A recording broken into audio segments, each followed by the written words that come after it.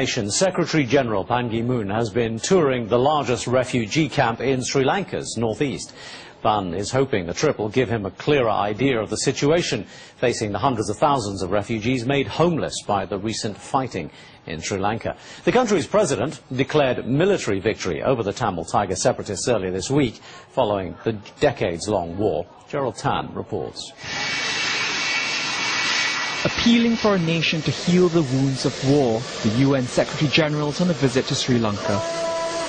Ban Ki-moon is the first major international figure on the island after the government declared victory over Tamil Tiger rebels on Tuesday. Since January, more than 7,000 civilians have lost their lives. A further 280,000 have been driven from their homes.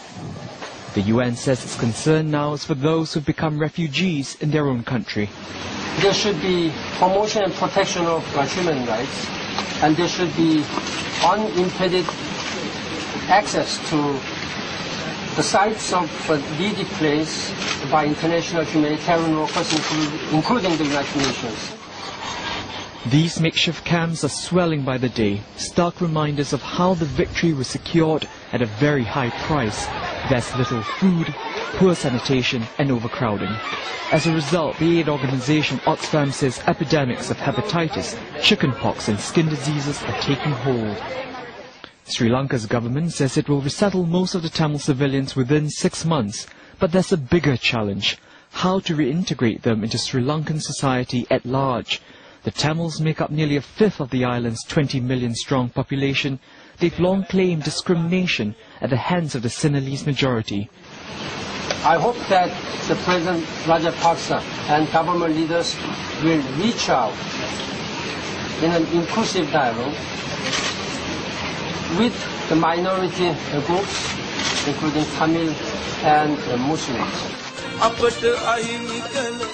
Speaking at a festive victory rally, the president dismissed talk of a separate Tamil state and echoed calls for a single national identity. I must remind you that today, not only in the south, not only in the north, not only at this rally today, even where there were LTTE strongholds, there is only one flag. That is the national flag. That is the lion flag. Sri Lanka may be saving its long fought for peace, but how long that will last depends on the choices made today and how the country is to move forward after 26 years of civil war. Gerald Tan, Al Jazeera. Well, there's plenty more still to come on the program, including we investigate how Mexico's army